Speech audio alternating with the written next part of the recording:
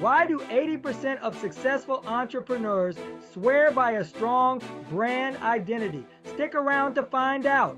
First off, know your audience. Who are they? What do they need? Their preferences shape your brand. Next, craft a compelling story. Your brand story should be authentic and relatable. Think about what makes your journey unique. Third, consistency is key.